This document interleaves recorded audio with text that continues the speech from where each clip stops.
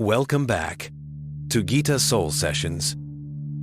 Today, Krishna gives us the great secret, the key to how we must act in this world, a world of constant change.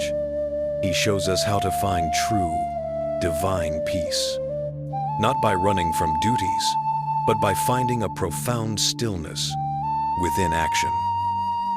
From chapter 2, verse 47. You have a right to perform your prescribed duties, but you are not entitled to the fruits of your actions. Never consider yourself to be the cause of the results of your activities, nor be attached to inaction. This means our sacred duty is to the action itself.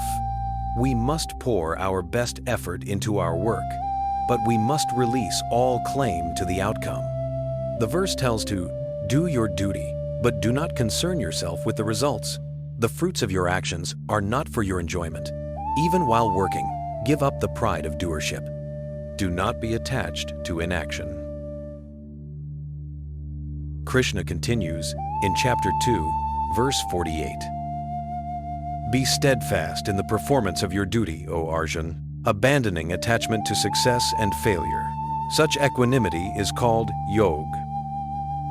This means the equanimity that enables us to accept all circumstances with serenity is so praiseworthy that Sri Krishna calls it yoga, or union with the Supreme. This equipoise comes from implementing the knowledge of the previous verse. We must act with our whole heart, but without our peace being disturbed by thoughts of success or failure. This balance is yoga. When we understand that the effort is in our hands, not the results, we then concern ourselves only with doing our duty. The verse is a very practical solution to the vicissitudes of life. And finally, the reward, in chapter 2, verse 50. One who prudently practices the science of work without attachment can get rid of both good and bad reactions in this life itself.